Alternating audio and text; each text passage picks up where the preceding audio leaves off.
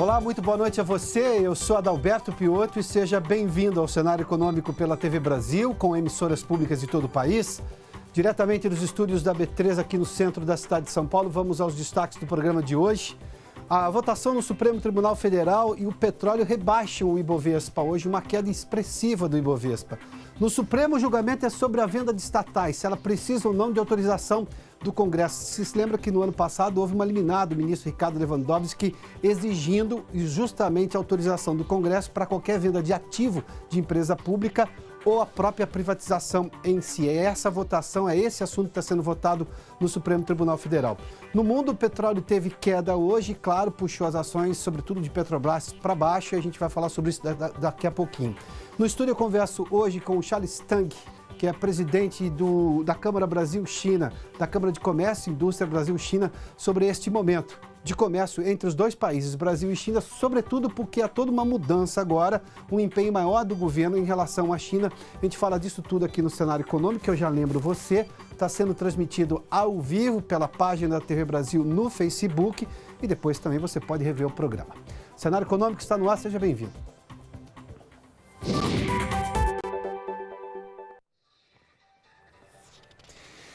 Bom, vamos falar justamente sobre essa votação no Supremo Tribunal Federal. No ano passado, nós tivemos uma liminar do ministro Ricardo Lewandowski sobre a venda de estatais, ou venda de parte das estatais, de ativos, de empresas que elas têm, ou mesmo de privatizações. O ministro concedeu uma liminar que exige, por exemplo, a autorização do Congresso, exige o aval do Congresso. Agora sim está sendo votado agora pelo Pleno do Supremo para saber se isso realmente é necessário ou não, que tem, claro, um impacto pesado na decisão da Petrobras, por exemplo, de fazer o que ela chama de plano de desinvestimento, ou seja, de reduzir o tamanho dela com algumas empresas que ela quer se desfazer, ou até, por exemplo, da venda da Eletrobras. A gente fala disso tudo agora, o Paulo Leite está conosco em Brasília e nos atualiza sobre essa votação no Supremo Tribunal Federal. Paulo, boa noite, seja bem-vindo aqui ao Cenário Econômico. Oi, Piotto, boa noite para você, boa noite para todo mundo. O julgamento foi retomado hoje, mas ainda está distante do fim. Na semana passada, a Procuradoria-Geral da República, os advogados, as partes e a Advocacia-Geral da União se manifestaram. Hoje, os ministros começaram a votar. E são longos votos. O primeiro a analisar o caso hoje foi o relator do processo, o ministro Ricardo Lewandowski, que entendeu o seguinte: se a venda de uma estatal resultar em perda do controle acionário do governo, o Congresso tem que aprovar essa privatização.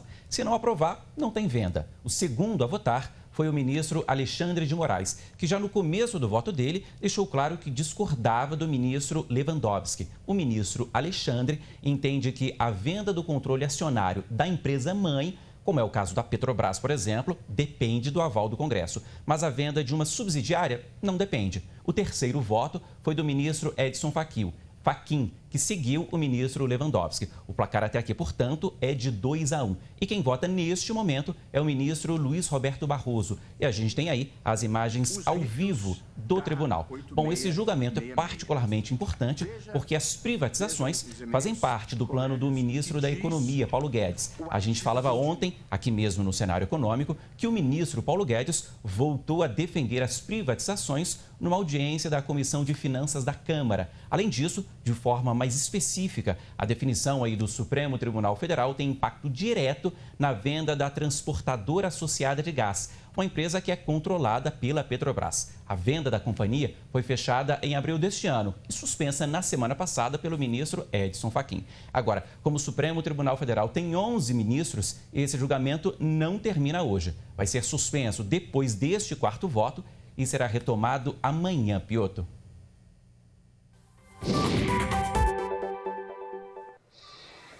Muito obrigado, Paulo. No caso da TAG, exatamente essa subsidiária da Petrobras, era 90% de venda da empresa, que gerou ali um negócio de 8 bilhões e 600 milhões de reais que iriam justamente para o caixa da Petrobras.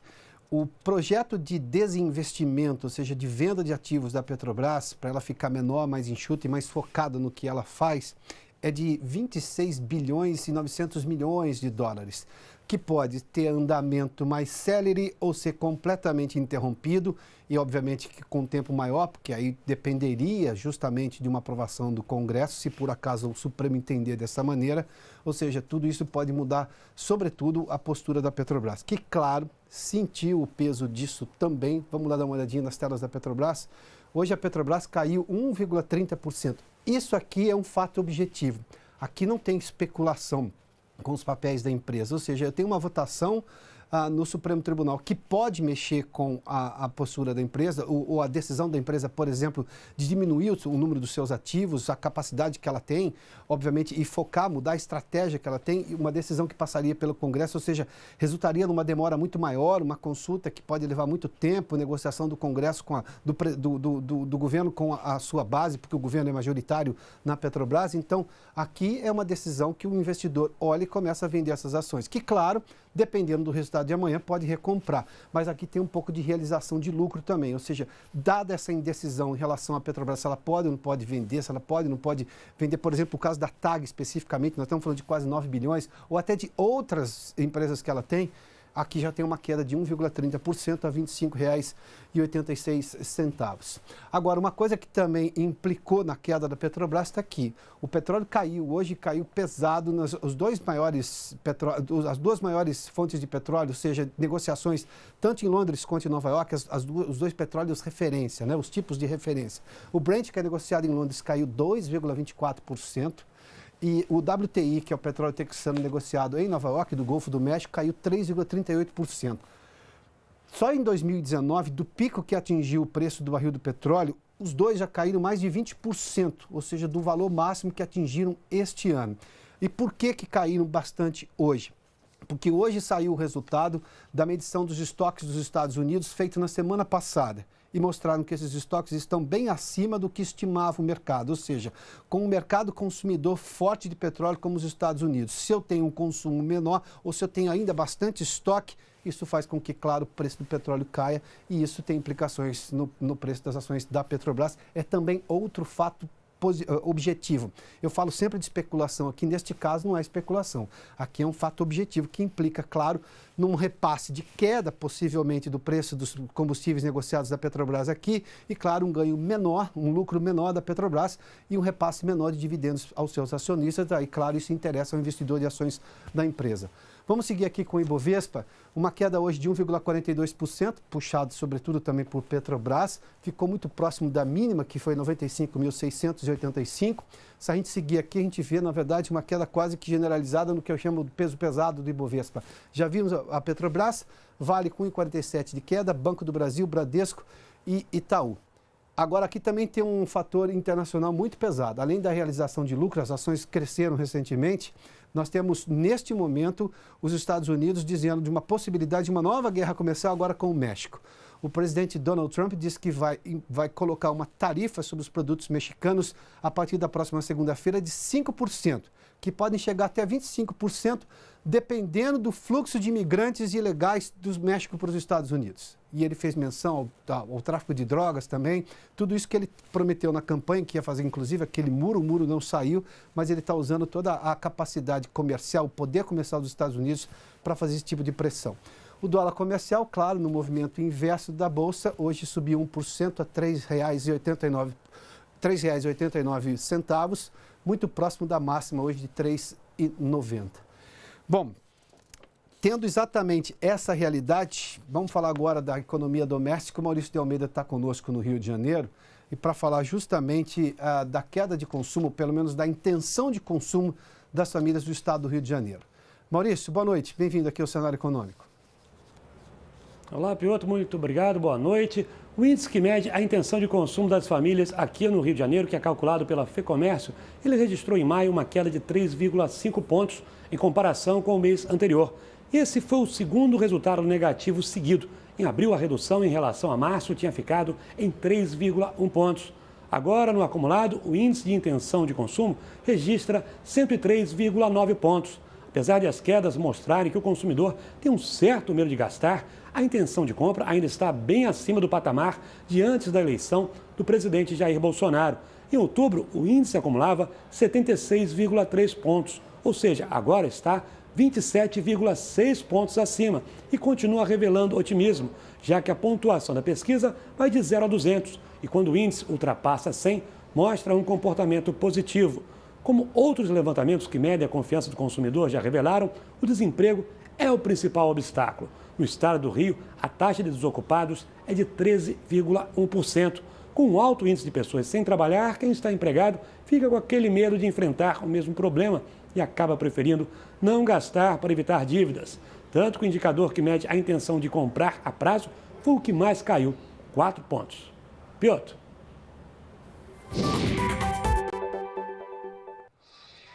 Muito obrigado, Maurício. Lembra quando você vai marcar ali um voo, vai reservar um voo e quer marcar o lugar? As empresas aéreas estavam cobrando por essa marcação antecipada de assento dentro do avião. Claro que isso deixou você muito incomodado, deixou também o Procon incomodado, que multou todas as empresas aéreas brasileiras, sobretudo as maiores, justamente pela cobrança antecipada de lugar dentro do avião. A Ana Luísa está conosco em São Paulo e tem detalhes dessa decisão do Procon. Ana, boa noite, bem-vinda. Boa noite, Piotr. Boa noite a todos. Olha, é isso mesmo, viu? A Fundação Procon de São Paulo, que é um órgão vinculado à Secretaria da Justiça e Cidadania do Estado, divulgou hoje que multou as empresas aéreas Azul, Gol e Latam por terem passado a cobrar antecipadamente pela escolha de assentos nos aviões. Segundo o Procon paulista, as 3 companhias aéreas não poderiam fazer esse tipo de cobrança que fere o Código de Defesa do Consumidor, que é a lei federal. Segundo o Código do Consumidor, é ato abusivo elevar sem justa causa o preço de produtos ou serviços através de artifícios, como a venda de assentos nas aeronaves. Afinal, quando um cliente compra uma passagem aérea, a aquisição inclui o uso da poltrona da aeronave, pois não é permitido se viajar em pé dentro do avião, não é mesmo? E de acordo com o Procon paulista, a conduta das empresas aéreas acabou gerando um aumento no preço final da passagem, sem que nenhuma contraprestação fosse oferecida ao cliente, como, por exemplo, comodidade ou maior espaço físico no interior da aeronave. A denúncia ao Procon foi feita por clientes que se incomodaram com essa cobrança. Pela regra adotada conjuntamente pelas companhias, quem solicitasse a mudança de assento teria de pagar um valor extra de até R$ 35, dependendo da posição do assento solicitado dentro da aeronave. Historicamente, sempre foi uma cortesia das companhias aéreas deixar o cliente escolher seu assento dependendo da disponibilidade na aeronave. O Procon de São Paulo investigou o caso e decidiu aplicar multas bem salgadas contra as 3 companhias aéreas. No caso da Azul, a multa de cerca de R$ 481 mil. Na Gol, a multa chegou a quase R$ 2.700.000 e a Latam ficou com a maior autuação, quase R$ 3.800.000. As empresas ainda podem recorrer das multas aplicadas. Finalmente, o Procon aí tomou uma decisão acertada, né, Piotr?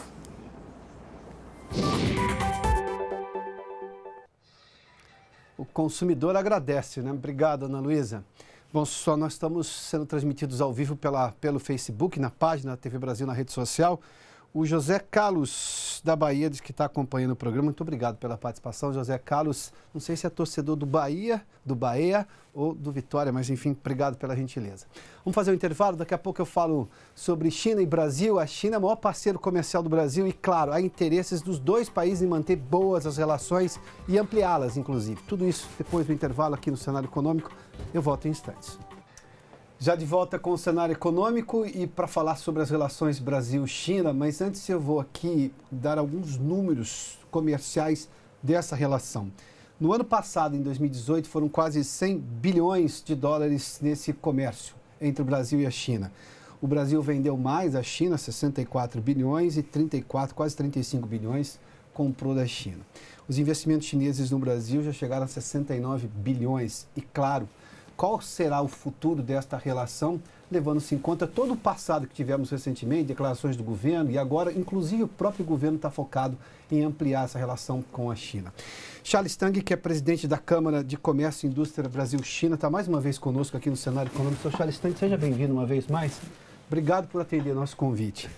O senhor acha que todo aquele passado de discussões, se a China era ou não importante para o Brasil, isso já está superado? Porque o presidente Bolsonaro tem uma reunião bilateral com o presidente chinês no segundo semestre e depois o próprio presidente da China vem ao Brasil para a reunião do BRICS, se não me engano, em novembro. Isso já está superado? No segundo semestre teremos 2 reuniões entre os 2 presidentes. Quando o presidente Bolsonaro estava em campanha e falando as coisas sobre a China,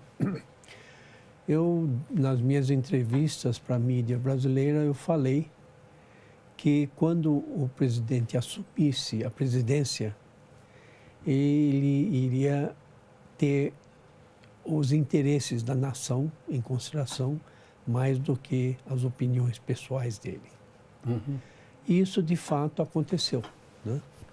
O governo Bolsonaro, não só o vice-presidente Mourão, que fez um belíssimo trabalho na China agora, onde o presidente chinês, em deferência ao Brasil, recebeu ele, né? Que caberia somente ao Wang Qishan, vice-presidente, receber ele, mas o próprio presidente Xi Jinping fez questão de receber ele, né? Uhum. E eu acho que o Paulo Guedes, o ministro Paulo Guedes, deixou bem claro a importância que ele dá à relação Brasil-China, né?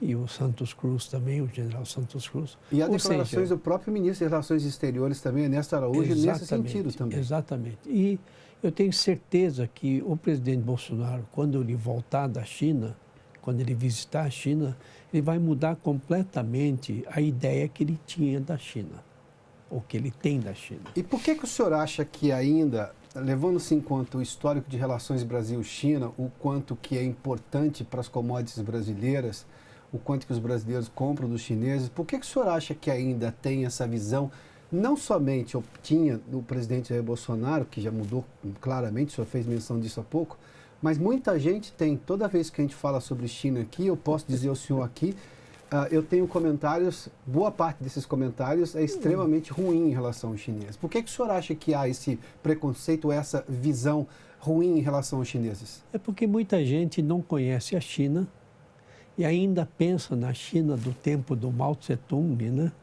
A China pobre, né? E a verdade é que a China mudou completamente, né? A China pratica uma economia de mercado pleno, que chama-se de economia de mercado socialista, né? E a China é um país que tem o maior número de inovações, né?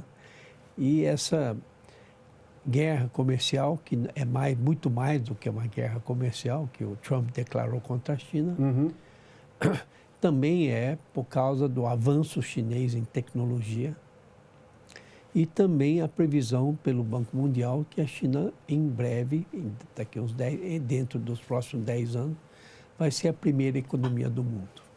Mas em relação à questão, o presidente americano faz sempre menção, e ele talvez comunique de forma equivocada, porque ele aumenta o tamanho dos tweets dele, embora seja mais que 140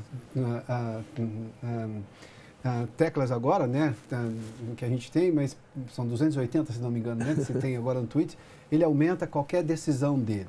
Mas ele faz menção justamente ao roubo de tecnologia, roubo de direitos, ou seja, de não respeitar direitos de descobertas científicas americanas, ou sobretudo na questão tecnológica. Isso como é que o governo chinês vê essa acusação? O governo chinês já declarou em voz alto e firme de que isso é invenção do governo americano, né? No início do desenvolvimento americano, os Estados Unidos copiou muita coisa da Inglaterra. Quando o Japão começou a desenvolver, ela copiou muita coisa do mundo inteiro, dos Estados Unidos também, da Europa. Né? Quando a Coreia começou o seu avanço tecnológico, copiou de muita gente também, né? Mas a China hoje é o centro de inovações e avanço tecnológico, né? E esse é o grande problema dos Estados Unidos, né? Então, eu acho que a China deve, no início da industrialização dela, deve ter copiado muita coisa, como o mundo ocidental copiou a bússola, né, a imprensa, etc., da China, né? Então, eu acho que é normal que os países que avançam têm tecnologias que os outros querem copiar, né? Cópia de tecnologia de outro país não é uma novidade. O senhor fez aí um recuo histórico importante para dizer O Japão fez isso dos Estados Unidos e depois financiou a dívida americana, coisa que os chineses fazem hoje, inclusive. Exatamente. Bom, o senhor vê a possibilidade de um acordo em breve entre os chineses e americanos, porque isso, claro, traz, eu digo, sobressaltos para a economia mundial? Olha, que vai ter que ter um acordo comercial, sem dúvida que vai ter. Agora, temos que lembrar mais uma vez que é muito mais do que uma briga comercial, né? A iniciativa de conter o avanço da China não começou com Trump e não vai terminar com Trump. Ou seja, é o receio americano do crescimento rápido chinês e o avanço tecnológico. E o avanço tecnológico que, claro, superaria os Estados Unidos em algum momento no futuro. Sim. Você vê que o Obama, quando ele fez o que ele chamou de pivot to Asia, né? Concentração para a Ásia, foi justamente para tentar conter a China. Ele pediu para todos os aliados americanos não entrarem como membros fundadores do Banco de Investimento em Infraestrutura Asiática que a China lançou, para tentar isolar a China. Mas o que aconteceu é que os Estados Unidos se isolou porque Estados Unidos e Japão foram os únicos dois países que não entraram. Porque todos os aliados americanos estavam muito mais interessados no potencial de lucro do que a tentativa de conter a China. Deixa eu lhe fazer uma pergunta. Todo país que começa a ficar hegemônico em algum lugar, em algum momento do mundo, seja em que área for, gosta de impor seu estilo de vida, sua cultura para os outros. Isso foi em relação aos franceses, aos ingleses, aos espanhóis, muito antes, inclusive, disso. Pode-se dizer dos romanos, dos egípcios, enfim. Os americanos fazem isso desde a Segunda Guerra Mundial, que foram os grandes vencedores. Os chineses, se chegarem a esse ponto, vão querer se impor ou vão trazer uma inovação em relação ao mundo nesse aspecto também? Olha, a China desenvolveu um novo sistema de relações internacionais. Desde o início da história, como bem disse, as nações fortes sempre dominaram as nações fracas através dos seus exércitos. A China não manda seus fuzileiros navais para lugar nenhum. A China manda, sim, seus empresários, seus executivos para fazer comércio e para fazer investimentos no mundo inteiro. Então, o rastro que a China deixa não é de destruição e sofrimento. O rastro chinês é de desenvolvimento e prosperidade. A China se recusa a se intrometer nos assuntos internos de qualquer país. É um dos conceitos mais sagrados da China, é uma política de ganha-ganha e sem interferência nos assuntos internos de qualquer outro país. Vamos à questão doméstica aqui. O Francisco Costa nos envia uma pergunta, Sr. Charles, dizendo qual a importância para a China do e-commerce com o Brasil, porque havia inclusive sites chineses que foram um sucesso até recentemente, os Correios começaram a cobrar uma taxa para qualquer compra chinesa. Sim. Por esse ponto de vista, qual é a posição chinesa? Olha, a China considera o Brasil um parceiro extremamente estratégico. Não só pelo mercado de sites chineses, que é muito grande também, mas também como um acesso a produtos estratégicos para garantir o crescimento sustentado da China e para garantir a segurança alimentícia do povo chinês. O povo chinês não pode só comer quando o Trump estiver de bom humor e passar fome quando ela estiver de mau humor, né? Então, o Brasil é o celeiro do mundo, né? Cada vez mais é o celeiro do mundo. Então, ano passado, por causa da guerra comercial, o Brasil exportou 90% da sua produção de soja para a China e conseguiu um superávit de 29 bilhões. Né? Eu sempre falei, mesmo na época que era o candidato Bolsonaro, que quando ele fosse presidente e visse tudo que a China fez para o Brasil, ele daria uma medalha para a China. Porque no pior momento da crise econômica do país, a China investiu 20 bilhões no Brasil, acreditou, apostou no Brasil. Né?